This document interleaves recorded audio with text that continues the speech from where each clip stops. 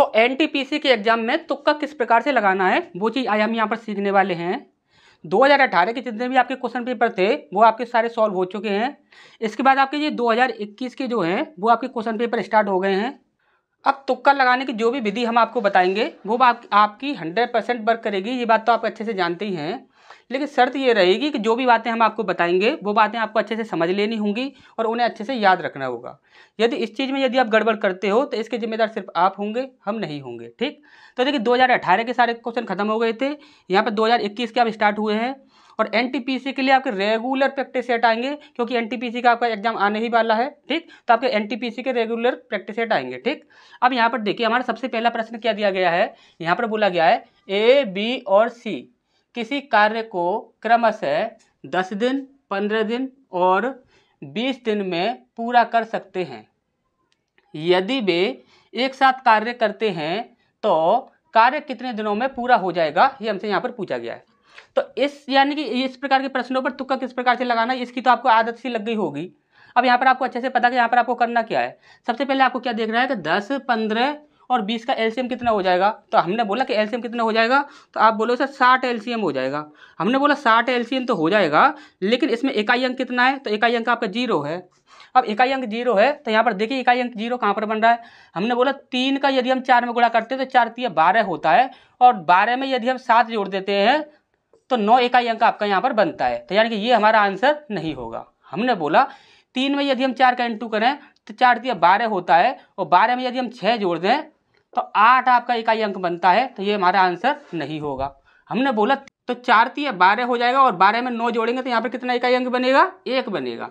यदि 1 बनेगा तो ये भी हमारा आंसर नहीं होगा। हमने बोला 4 3 12 और 12 में यदि हम 8 जोड़ते हैं तो इकाई अंक कितना बन जाएगा, 0 बन जाएगा। तो यही हमारा आंसर हो जाएगा क्योंकि यहाँ पर हमारा 60 जो था उसमें इकाई अंक 0 बन रहा था तो हमें 0 इकाई अंक चाहिए। ठीक, अब इसकी तो आपको आदत सी लग गई होगी इस प्रकार के प्रश्नों को सॉल्व करने के लिए। ठीक, अब नेक्स्ट क्वेश्चन को देखते हैं। देखिए यहाँ पर बोला गया है दो संख्याओं का महत्तम समापवर्त्य और लघुत्तम समापवर्त्य क्रमशः 6 और 36 है। कितना है, 6 है और 36 है। यानी कि यहाँ पर HCF आपका 6 दिया हुआ है और LCM आपका 36 दिया हुआ है। यदि उनमें से एक संख्या आपकी 12 है तो दूसरी संख्या क्या होगी, ये हमसे यहाँ पर पूछा गया है। अब देखिए यहाँ पर तुक्का लगाने की जो विधियाँ होती हैं वो इस प्रकार की, यानी कि ऐसे क्वेश्चंस पे तुक्का लगाया जाता है।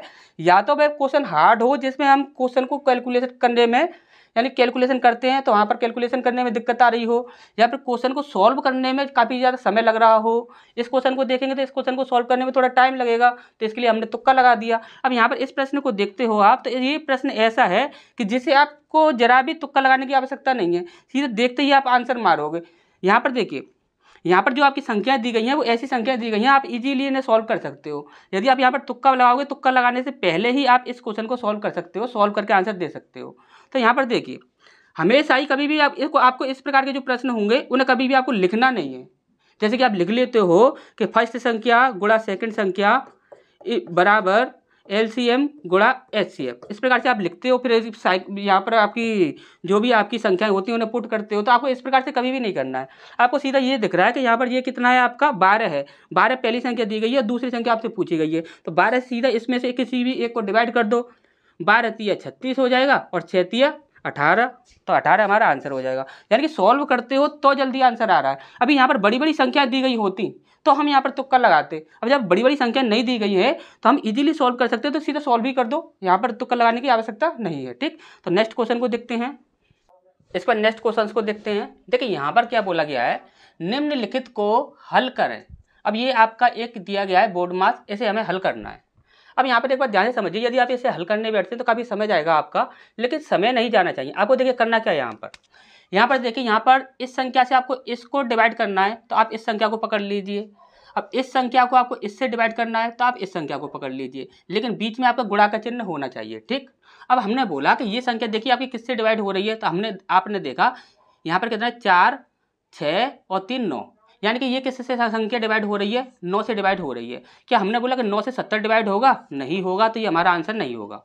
क्या हमने बोला कि 9 से आपका 1 डिवाइड होगा, नहीं होगा, तो ये हमारा आंसर नहीं होगा। हमने बोला कि ये देखेंगे, इसे देखते हैं तो 6 और 2 7, 6 7 8 और 1 9, तो 9 आपका ये इससे डिवाइड हो रहा है, 9 से डिवाइड हो रहा है ये। इसके बाद हमने देखा 8 और 1 9, तो ये भी संख्या 9 से डिवाइड हो रही है, तो इसे भी हमने रोक लिया। अब यहाँ पर हमें देखिए 2 ऑप्शन तो हमारे यहाँ पर कैंसिल हो चुके हैं, लेकिन 1 और 1 दो ऑप्शन हमारे यहाँ पर बचे हुए हैं। अब 2 ऑप्शन में से हमें आंसर करना है। अब यहाँ पर ये वाला तो यहाँ पर कैंसिल हो गया, इससे तो हमने चेक कर लिया।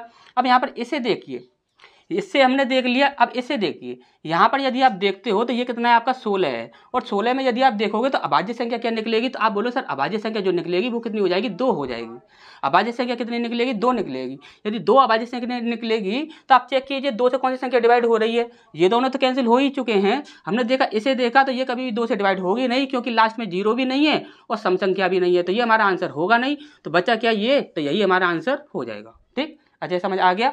यहाँ पर इस प्रकार से संख्या रखी हो डिवाइड में और इस प्रकार से संख्या रखी हो डिवाइड में और बीच में इनटू लगा हुआ हो, तो आप इस प्रकार से सॉल्व कर लेना। ठीक, इस पर नेक्स्ट क्वेश्चन है, यहाँ पर बोला गया है उस समय सूर्य का उन्नयन कोण डैश डैश डैश, यानी कि जो कुछ भी होगा वो हमसे यहाँ पर पूछा जा रहा है, होगा जब खंबे की छाया की लंबाई, ध्यान से समझिएगा, खंबे की छाया की लंबाई इसकी ऊंचाई के बराबर हो जाएगी। जब कभी भी इस प्रकार से यदि आपको दिख रहा है तो आपको अच्छे से पता है कि वह समकोण त्रिभुज की बात कर रहा है, और यदि वह समकोण त्रिभुज की बात कर रहा है तो हमेशा ही वहाँ पर 45 आंसर होता है। अब किस प्रकार से होता है वो चीज़ आप ध्यान से समझिए, हमेशा ही समकोण त्रिभुज की बात करेगा तो 45 आएगा, लेकिन कब आएगा वो चीज़ आपको ध्यान से समझ लेनी है। यहाँ पर देखिए उसने बोला क्या है कि उस समय सूर्य का उन्नयन कोण क्या होगा जब खंबे की छाया, खंबा जो कोई भी होता है वह हमेशा ही सीधा खड़ा हुआ होता है, खंबा जो कोई भी होता है वह हमेशा सीधा खड़ा हुआ होता है, और उसके बाद उसकी खंबे की छाया की बात की गई है, तो खंबे की छाया जो होगी वो भी तो आपकी नीचे की साइड सीधी ही होगी, यानी कि यहाँ पर कोण कौन सा बनेगा, समकोण त्रिभुज बनेगा, यानी कि यहाँ पर आपका 90 डिग्री हो जाएगा। अब उसने बोला क्या है उसे ध्यान से समझिए, छाया की लंबाई इसकी ऊंचाई के बराबर हो जाएगी, यानी छाया की लंबाई जो है, ये छाया की लंबाई जो है ये ऊंचाई की लंबाई के बराबर है, यानी कि ये समकोण त्रिभुज तो है लेकिन साथ में ये समद्विबाहु समकोण त्रिभुज है, और जब कभी भी समद्विबाहु समकोण त्रिभुज की बात करेगा तो हमेशा ही वहाँ पर आंसर आपका 45 डिग्री आता है। ठीक, ये चीज़ आपको अच्छे से समझ आ गई होगी। और यदि इस प्रश्न को अच्छे से समझना है तो यहाँ पर देखिए उसने बोला सूर्य का उन्नयन कोण क्या होगा, तो जब ये सूर्य का उन्नयन कोण जो होता है वो किस प्रकार से होगा, जैसे कि हमारा मान के चलिए ये आपका एक सूर्य है, तो सूर्य की परछाई यहाँ से यूँ पड़ी, यहाँ से यूँ पड़ेगी, जब सूर्य की किरण यहाँ ऊपर इस प्रकार से पड़ेगी तो यहाँ पर जो कोण बनेगा, यहाँ पर जो कोण बनेगा वो आपसे यहाँ पर पूछा गया है। तो यहाँ पर आपको अच्छे से पता है कि यदि ये 90 डिग्री बन रहा है और तीनों कोणों का योग कितना होता है 180 डिग्री होता है, तो यानी कि ये दोनों कोणों का योग कितना होगा 90 डिग्री होगा, और 90 डिग्री होगा तो हमेशा ही समद्विबाहु त्रिभुज में क्या होता है कि आमने सामने के जो कोण होते हैं वो बराबर होते हैं, तो यानी कि ये जितना होगा उतना ही ये होगा, तो यानी कि 90 का हम यदि 2 से डिवाइड करें तो कितना आता है 45 डिग्री। तो हमेशा याद रखना जब कभी समद्विबाहु समकोण त्रिभुज की बात की जाएगी तो वहाँ पर आपका 45 डिग्री आंसर आता है। ठीक, तो नेक्स्ट क्वेश्चन की ओर बढ़ते हैं। इस पर नेक्स्ट क्वेश्चन को देखते हैं। देखिए यहाँ पर क्या बोला गया है कि वह छोटी से छोटी पूर्ण वर्ग संख्या ज्ञात कीजिए जिसे संख्या इतने में जोड़ने पर एक पूर्ण वर्ग बन जाए, यानी कि पूर्ण वर्ग बनना चाहिए, लेकिन स्टार्टिंग में क्या बोला गया है कि वह छोटी से छोटी पूर्ण वर्ग संख्या ज्ञात कीजिए, यानी कि जो संख्या हम बनाएंगे वो तो पूर्ण वर्ग बनना ही चाहिए, लेकिन साथ ही साथ जो भी हम उसमें संख्या जोड़ेंगे वो भी एक पूर्ण वर्ग होनी चाहिए। हमने बोला ये किसका है, तो आप बोले सर ये 3 का है। हमने बोला ये किसका है, तो ये आपका 4 का है। ये किसका है, तो ये आपका 5 का है। और ये किसका है, किसी को पता है कि 20 किसका स्क्वायर होता है, तो आप बोले सर नहीं होता, तो ये हमारा आंसर कभी भी नहीं होगा। ठीक, एक ऑप्शन हमारे यहाँ पर कैंसिल हो गया। अब हमने बोला जब कभी भी आपको 2, 3, 7, 8 इनमें से कोई भी नंबर यदि किसी नंबर के पीछे दिख जाए, इनमें से कोई भी नंबर यदि किसी नंबर के पीछे दिख जाए तो वह कभी भी आपका क्या होगा, वर्ग नहीं होगा। अब यहाँ पर देखिए चेक करते हैं। हमने बोला 9 को यदि हम इसमें जोड़ें तो 9 दूनी 18 होता है, यानी कि यहाँ पर इकाई अंक कितना बन रहा है, 8 बन रहा है। हमने बोला 8 कभी भी दिखेगा तो वह कभी भी आपका आंसर नहीं होगा। ठीक, तो 2 ऑप्शन हमारे यहाँ पर कैंसिल हो गए। अब तीसरे की बारी आती है। यहाँ पर हमने देखा यदि हम 16 को यदि हम इसमें जोड़ देते हैं तो कितना हो जाता है आपका, यहाँ पर 15 की 5 हासिल लगी 1, और यहाँ पर हो जाएगा 1 और 1 2 और 1 3, यानी कि लास्ट में आपको कभी भी, दूसरा नियम देख लीजिए, लास्ट में कभी भी आपको 5 से पहले 3 दिखेगा तो वह कभी भी किसी का पूर्ण वर्ग नहीं होगा। समझ आया अच्छे से, लास्ट में कभी भी आपको 5 से पहले 3 दिखेगा तो वह कभी भी आपका पूर्ण वर्ग नहीं होगा, तो ये भी आपका आंसर कैंसिल हो गया। अब बचा क्या, ये बचा, तो यही हमारा आंसर हो जाएगा। अब इसको यदि हम चेक करते हैं कि ये क्या है क्या नहीं है, तो इसे भी देख लेते हैं। हमने बोला कि 9 में हम यहाँ पर देखिए ये कितना है आपका 1 है, ये यहाँ पर 1 नहीं होगा, ठीक। इसे यहाँ पर हम हटा देते हैं, ये एक्स्ट्रा लग गया, ठीक। तो यहाँ पर देखिए 9 में यदि हम 5 जोड़ते हैं तो कितना हो जाएगा 14, 14 की 4, हासिल लगी 1 और 1 2 और 2 4, तो यहाँ पर कितना हो जाएगा 4 हो जाएगा। यहाँ पर आपका कितना हो जाएगा 125, ठीक, इतना हो गया आपका। हमने बोला ये कितना है आपका 125 44। और तो हमेशा याद रखिएगा, इसका याद करने का तरीका है 125 44। याद कर लीजिए माइंड डिमांड में 125 44, 125 44, 125 44। 125 44 जो होता है वह आपका 112 का स्क्वायर होता है। कितने का होता है 112 का स्क्वायर होता है। तो याद रख लीजिए, माइंड में याद कर लीजिए 112 का जो स्क्वायर होता है वो कितना होता है 125 44, 125 44, 125 44, ठीक। अच्छे से याद हो जाएगा, याद कर लेना। इसका नेक्स्ट है आपका ABC एक समबाहु त्रिभुज है और O इसके परिवृत्त का केंद्र है। यदि त्रिभुज की भुजा 6 सेंटीमीटर है तो BOC कोण क्या होगा, ये हमसे यहाँ पर पूछा गया है। सीधा ही आप आंसर मारोगे यहाँ पर 120 डिग्री। कितना मारोगे 120 डिग्री। ये मत बोलना कि हमने आंसर याद कर लिया है, आंसर याद करने की वाली यहाँ पर कोई भी बात नहीं है। यहाँ पर हम आपको सीधा सीधा बता रहे हैं। यहाँ पर सीधा सीधा उसने क्या बोला है कि एक समबाहु त्रिभुज है। समबाहु त्रिभुज में हाइट देखोगे या फिर उसके केंद्र बिंदु देखोगे तो सब कुछ जो कुछ भी होता है वह सब एक ही जगह पर होता है। हाइट जितनी भी देखोगे तो यहाँ पर हाइट देखो तो भी वही होती है, यदि माध्य का देखोगे तो भी वही होती है, अंतःवृत्त का केंद्र, परिवृत्त का केंद्र, ये सब भी एक ही जगह पर होते हैं। यानी कि समबाहु त्रिभुज में सब कुछ एक ही जगह पर एक ही चीजें होती हैं सारी। तो वहां पर कभी भी आपको कंफ्यूज होने की जरूरत नहीं है। और दूसरी बात उसने क्या बोला है कि परिवृत्त है, अंतःवृत्त नहीं है, परिवृत्त है। जब कभी परिवृत्त की बात की जाती है तो वहां पर हमेशा ही जो आपका ये वाला जो कोण होता है, ये वाला जो कोण होता है यह हमेशा इस वाले कोण का दुगना होता है। ये बात तो आपको अच्छे से पता ही होगी। परिवृत्त की बात करेगा तो ये वाले कोण का हमेशा ये वाला कोण जो होता है वह दुगना होता है। और आपको अच्छे से पता है यदि यहाँ पर समबाहु त्रिभुज की बात कर रहा है तो यहाँ के समबाहु त्रिभुज में जितने भी आपके कोण होते हैं, जितने भी आपके कोण होते हैं सारे 60 डिग्री के होते हैं। यदि ये कोण 60 डिग्री का होगा तो इसका दुगना कितना होगा 6 दूनी 12 यानी कि 120 डिग्री। तो देखते ही आपको आंसर मारना चाहिए था, ठीक। तो नेक्स्ट क्वेश्चन की ओर बढ़ते हैं। इस पर नेक्स्ट क्वेश्चन को देखते हैं। देखिए यहाँ पर क्या बोला गया है, 21 सेंटीमीटर भुजा वाले एक वर्ग के भीतर निर्मित किए जा सकने वाले बृहत्तम का मतलब है एक, यहाँ पर जो बोला गया है क्या बोला गया है यहाँ पर 21 सेंटीमीटर वाला वर्ग। तो जो भी आपका वर्ग होगा उसके अंदर दीवारों से छिला हुआ वही होता है आपका बृहत्तम, ठीक। तो यहाँ पर बोला गया है किए जा सकने वाले बृहत्तम वृत्त का क्षेत्रफल क्या होगा, ये हमसे यहाँ पर पूछा गया है। हमने आपको बोला जब कभी भी आपको वृत्त का क्षेत्रफल यदि आपसे पूछा जाता है तो वहाँ पर आपको क्वेश्चन को सॉल्व करना नहीं है, सिर्फ आपको क्या करना है कि सिर्फ 11 से डिवाइड करके देख लो। 11 से आंसर ना मिले तो जो भी आपकी क्वेश्चन में त्रिज्या दी गई हो, क्या दी गई हो, त्रिज्या दी गई हो, तो तब त्रिज्या से डिवाइड करके देख लो।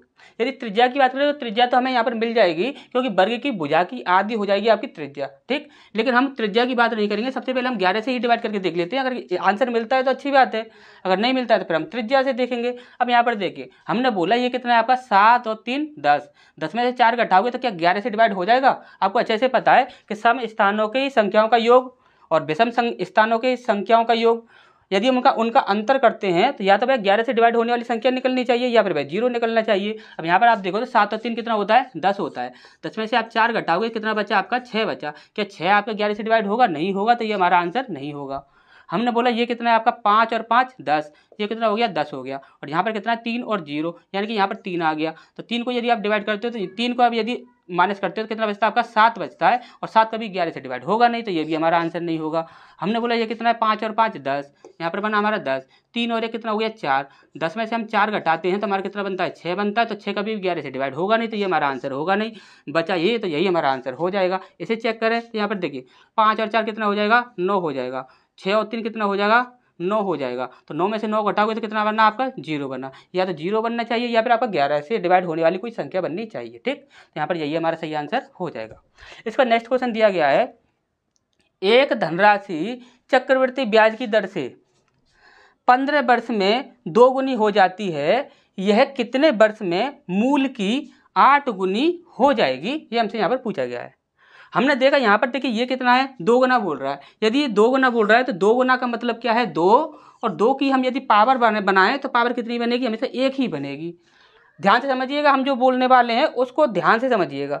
हमने बोला यहाँ पर कितना बोल रहा है, 15 वर्ष में कितना बन रहा है, 2 गुना बोल रहा है, और पूछ रहे कितने वर्ष में वह 8 गुनी हो जाएगी। हमने बोला कि यहाँ पर 15 वर्ष में कितना बोल रहा है, 2 गुना बोल रहा है, तो 2 की यदि हम पावर देखें तो पावर कितनी है, सिर्फ एक ही तो पावर होती है। कोई भी आपकी ऐसी संख्या हो, जैसे कि हमने बोला 3 की कितनी पावर है, तो आप बोलोगे सर 1 है। हमने बोला 7 की कितनी पावर है, तो आप बोलोगे सर 1 है। यदि हमने बोला कि यहाँ पर 4 की पावर कितनी है, तो आप बोलोगे सर 4 की पावर तो 1 है, लेकिन ये 2 की पावर 2 है। इस प्रकार से ये चेंज हो गया, लेकिन ये चेंज नहीं होगा। यदि ये चेंज नहीं हो रहा, क्यों? क्योंकि ये क्या है, एक अभाज्य संख्या है। जब कभी भी आपको अभाज्य संख्या दिख जाएगी तो आपको देखिए करना क्या है, यहाँ पर सबसे पहले तो आप पावर देखिए, जो भी संख्या यहाँ पर रखी हुई है उसकी पावर देखिए, पावर कितनी है आपकी, 1 है। अब इस 1 पावर से आप इसको डिवाइड करती है 15 को, तो 15 को यदि आप डिवाइड करोगे तो 15 ही बनेगा, और यदि 15 ही बन रहा है तो डिवाइड करने के बाद जो भी आपकी संख्या बन जाए उससे आप डिवाइड करके देखो। तो हमने देखा 15 से यदि हम डिवाइड करते हैं तो 40 डिवाइड होगा नहीं, और 58 डिवाइड होगा नहीं, इसका 15 × 45 तो ये डिवाइड हो जाएगा, और यहाँ पर 52 डिवाइड आपका होगा नहीं, तो ये हमारा आंसर होगा नहीं। तो हमारा आंसर कितना हो जाएगा, 45। वैसे इस प्रकार के प्रश्नों को सॉल्व किस प्रकार से करते हैं वो चीज़ हम आपको बता देते हैं। यदि आपको ना पता हो, कुछ ऐसे स्टूडेंट हो जिन्हें नहीं पता हो, तो देखिए 15 वर्ष में कोई धनराशि जो है वह कितनी हो रही है, आपकी 2 गुनी हो रही है। कितनी हो रही है, 2 गुनी हो रही है। तो वह कितने वर्ष में, यहाँ पर पूछा गया कितने वर्ष में वह कितनी हो जाएगी, 8 गुनी हो जाएगी। कितनी हो जाएगी, 8 गुनी हो जाएगी। हमने बोला 2 की पावर कितनी है, 1 है, और यहाँ पर यदि हम 8 की बात करें तो ये कितना हो जाएगा, 2 की पावर 3। अब यहाँ पर हमने बोला कि इसकी जो पावर है आपका इससे इंटू कर दो, कितना हो जाएगा, 15 × 3। हमने बोला इसकी जो पावर है इससे आप डिवाइड कर दो, कितना हो गया, 15 × 3 = 45। तो 45 हमारा आंसर हो जाएगा, यही हमारा आंसर था। ठीक, तो नेक्स्ट क्वेश्चन की ओर बढ़ते हैं। इस पर नेक्स्ट क्वेश्चन को देखते हैं। देखिए यहाँ पर क्या बोला गया है, 2 संख्याओं के महत्तम समापवर्तय और लघुत्तम समापवर्तय का अनुपात 1:30 है, तथा महत्तम समापवर्तक और लघुत्तम समापवर्तक के बीच का अंतर इतना दिया हुआ है उसने। अब यहाँ पर बोला गया है लघुत्तम समापवर्तय और महत्तम समापवर्तक का गुणनफल क्या होगा, ये हमसे यहाँ पर पूछा गया। क्या पूछा गया है, गुणनफल हमसे यहाँ पर पूछा गया है। यदि यहाँ पर गुणनफल पूछा गया है तो हमने बोला कि यहाँ पर ये जो दोनों अनुपात दिए गए हैं, देखिए हमसे जो चीज़ पूछी गई है हमें उसे उसका रेशियो भी दिया गया है। यदि उसका रेशियो भी दिया गया है तो यहाँ पर देखिए, यहाँ पर अनुपात देखिए कितना है आपका, 1 और 30। हमने बोला 1 से कौन सी संख्या डिवाइड होगी, तो 1 से ऐसी कोई संख्या होती नहीं है जो कि डिवाइड होगा नहीं। ठीक, सारे ही ऑप्शन डिवाइड हो जाएंगे। अब यहाँ पर हमने बोला कि 30 जो है इसमें यदि हम अभाज्य संख्या निकालें तो कितनी निकलेगी। आप बोलो सर ये 3 × 10 होता है। यदि 3 × 10 होता है तो यहाँ पर 3 × 5 ये हमारा यहाँ पर क्या हो जाएगा, 3 × 5 और × 2, यानी कि ये हमारी अभाज्य संख्या यहाँ पर निकलेंगी। हमने बोला 3 से डिवाइड करके देखो, 3 से कौन सी संख्या डिवाइड हो रही है, तो आप बोलो सर यहाँ पर देखिए 3 से 4 और 4 8, ये डिवाइड होगी नहीं। 5 और 4 9, 5 और 4 9, यानी कि ये संख्या जो है वह 3 से डिवाइड हो जाएगी, तो ये हमारा आंसर हो जाएगा। इसके बाद हमने बोला 8 और 7 7 दूनी 14 और 15 ये हो गया, और 6 ये हो गया, यानी 3 से ये संख्या भी डिवाइड हो रही है, तो ये भी हमारा आंसर हो जाएगा। इसके बाद हमने यहाँ पर देखा कि यहाँ पर कितना है आपका, 6 और 6 12, और 12 और 4 16, यानी कि ये संख्या 3 से डिवाइड होगी नहीं। अब यहाँ पर हमने देखा तो देखिए 5 से ये संख्या भी डिवाइड है, ये भी संख्या भी डिवाइड है, और 2 से देखें तो ये भी है, ये भी है, और 3 से देखें तो ये भी है और ये भी है। अब यहाँ पर हम फंस गए। अब यहाँ पर क्या है कि यहाँ पर हमें 2 ऑप्शन मिल चुके हैं, एक बी और एक सी। तो अब हमें क्या करना होगा, क्या हमें पूरे क्वेश्चन को सॉल्व करना होगा? नहीं, देखिए आपको पूरे क्वेश्चन को सॉल्व नहीं करना है, पर छोटी सी कैलकुलेशन तो आपको करनी होगी। अब वो छोटी सी कैलकुलेशन क्या है, तो वो चीज़ आप देख लीजिए। उसने वो क्या बोला कि अंतर दिया है। अंतर यदि हम आपको दिया है कि कितना दिया हुआ है अंतर, इतना आपको अंतर दिया हुआ है। यदि इतना आपको अंतर दिया हुआ है तो यहाँ पर देखिए आप इन दोनों का अंतर कर दीजिए, कितना होता है आपका 29 होता है। कितना होता है? 29 होता है। यदि आप 29 से यदि इसको डिवाइड करते हो तो यहाँ पर आप देखोगे तो 29 एकम 29 और 29 17। ठीक, तो यहाँ पर देखिए 17 बार आपका ये डिवाइड हो जाता है। कितनी बार डिवाइड हो जाता है?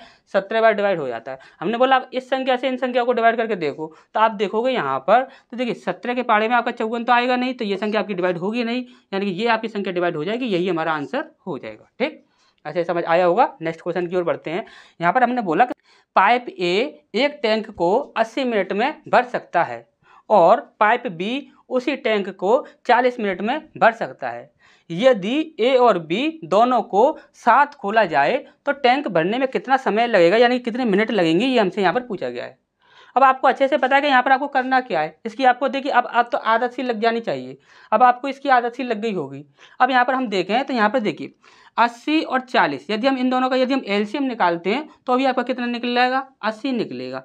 हमने बोला 80 निकलेगा तो यहाँ पर इकाई अंक कितना है आपका 0 है।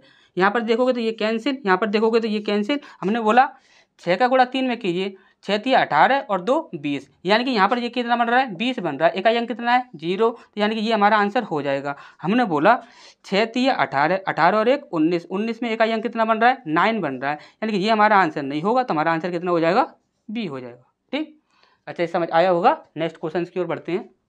पर नेक्स्ट क्वेश्चन है हमारे यहाँ पर, देखिए यहाँ पर क्या बोला गया है, सारे जितने भी अंक हैं वो कितने के 11 के हैं। यहाँ पर बोला गया है यहाँ पर निम्नलिखित को हल कीजिए।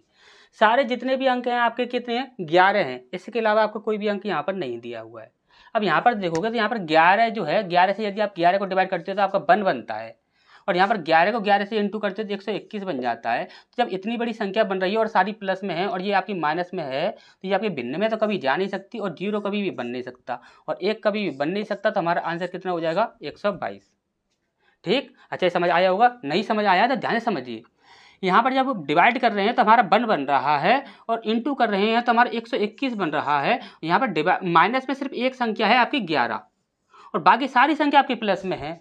तो क्या ऐसा हो सकता है कि आंसर आपका 0 बन जाए या भिन्न में चले जाए, या पर 1 आंसर आ जाए? कभी भी नहीं हो सकता। अब ऐसे यदि हम सॉल्व करने बैठते हैं तो देखिए आपको एक बात और याद रखनी है, इससे कभी भी आपको उतारना नहीं है, सीधा ही आपको वहीं की वहीं सॉल्व करना है। तो इससे क्या होता है, आपका टाइम काफ़ी ज़्यादा बच जाता है। ठीक, तो यहाँ पर हमने देखिए सबसे पहले हमें क्या करना है, आपको अच्छे से पता है, बोर्ड मार्क्स के बारे में आपको अच्छे से पता है।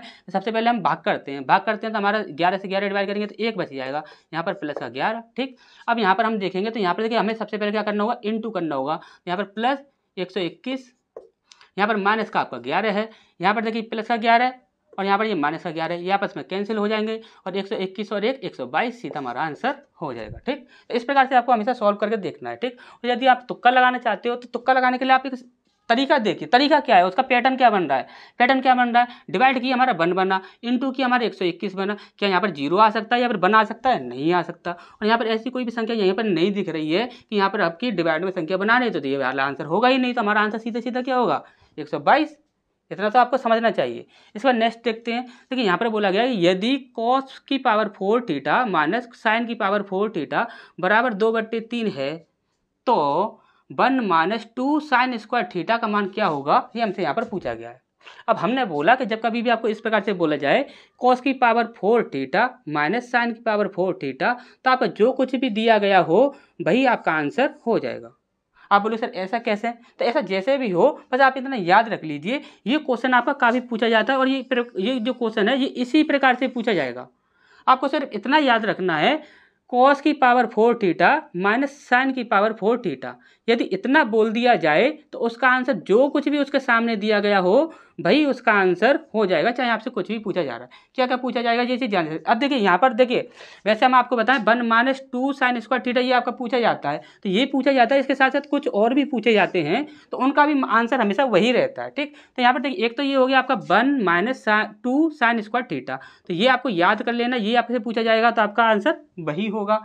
और आप देख लीजिए cos square theta minus sine square theta, cos square theta, अरे यार cos square theta minus sine square theta, यदि ये पूछा जाता है तो उसका भी मान कितना हो जाएगा 2/3।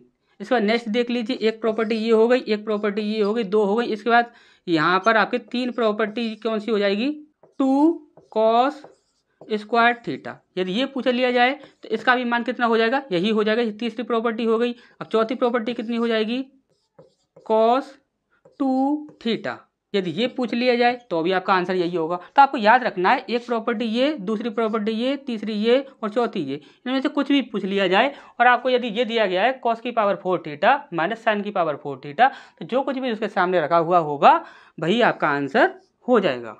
तो कंपाउंड इंटरेस्ट के प्रश्नों में दर वाले प्रश्नों पर यानी रेट ऑफ इंटरेस्ट जब पूछा जाता है कंपाउंड इंटरेस्ट में, तो उस पर तुक्का किस प्रकार से लगाना है ये चीज़ हम आपको बता चुके हैं सुबह के वीडियो में। ठीक, अब इसके बाद जो वीडियो आएगा वो आपका देखिए कंपाउंड इंटरेस्ट की दर वाली जो वीडियो थी उसके साथ साथ आपके देखिए कुछ और टाइप के प्रश्न और पूछे जाते हैं, दर वाले कुछ और टाइप के प्रश्न और पूछे जाते हैं, तो वो दर वाले प्रश्न और आपके आएंगे।